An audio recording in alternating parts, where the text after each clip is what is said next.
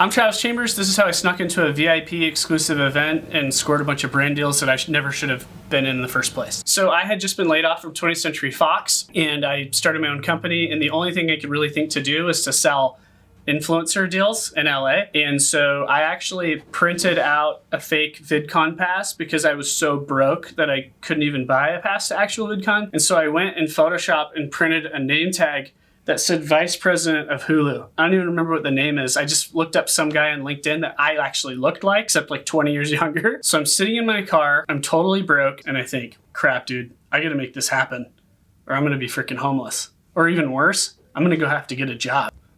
So I go in with my fake printed pass and they were like, sir, you're actually not on the list. And I'm like, Hulu's the flagship sponsor of VidCon, so how am I not on the list? And they just let me in. Logan Paul is in there, Mythical Morning, and they're all in there, all these OG YouTubers. And I walked in and I'm like, hey, have you done any brand deals with any car companies?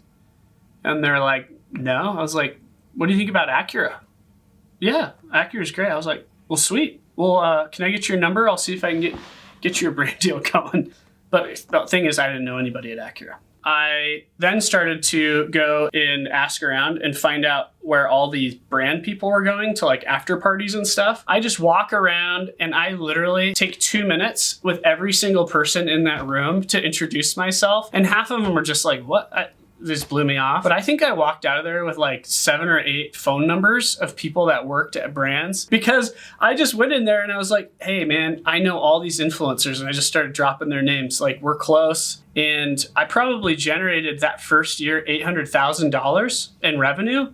And I think a good $500,000 of that was just influencer deals that I set up by sneaking my way into these VIP events. So what it takes sometimes, you can't wait for people to like give you an opportunity. You just have to get scrappy and maybe bend the rules a little bit and figure it out. I start looking back at how I got Chamber.Media started. I was freaking Aladdin. It was just me and Abu, Stefan, just being street rats. Because you're an entrepreneur, that's your only ticket, especially when you don't come from money and you don't have capital and you don't have investors. Street rat that ish. People just don't do this kind of stuff. You don't understand. This is how people in third world countries survive. No different than the guy who just starts cleaning your window in traffic and then just says, pay me.